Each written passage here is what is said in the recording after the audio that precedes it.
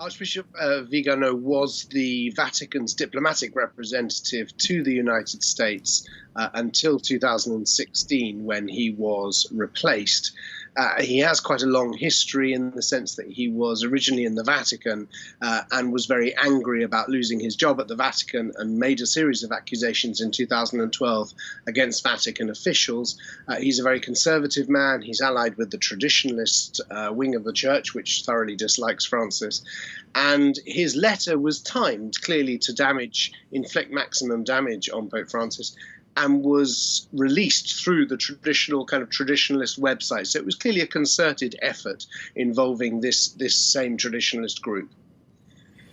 Yes, there's been a Vatican source who said that the timing of the release of the letter is suspicious. And as you mentioned, he's not exactly a big fan, to say the least, of the Pope. But what did you make of what was in the letter? And could there be any truth to this?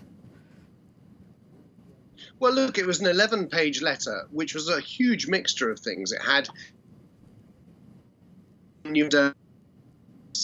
homophobic rants against various officials who he identifies with various conspiracies. And so it's a whole mixed bag of things in 11 pages.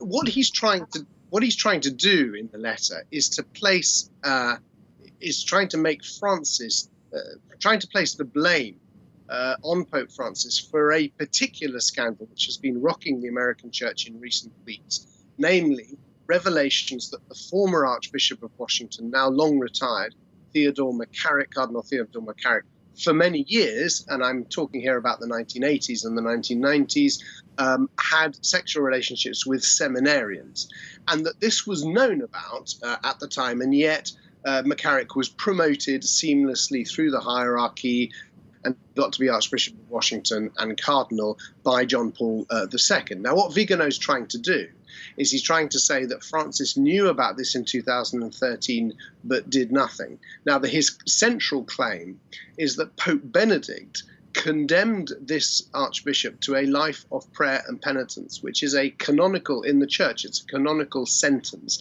meaning that you can't basically function in public, as a priest. Now, everybody is saying, including many of the bishops in the United States, saying, we never heard about this. If he had this condemnation and this sentence, why was he saying Mass during Pope Benedict's time and on missions and so on? So the core claim of Vigano's letter has collapsed under inspection. And so really what we're left with is a lot of very interesting allegations, claims, stories about particular conversations, which no doubt will be picked over and discussed for a long time to come. But to me, reading the letter, it simply confirms what we already knew, which was that what needs to be investigated is what happened under John Paul II. So do you think Pope Francis is right then in giving this letter the silent treatment? Well, yeah, I mean, what he actually said, he didn't just say, I'm not going to respond. He said, I'm not going to respond to that letter. But then he said to the journalist, go and investigate, do your work, go and find out the story behind this.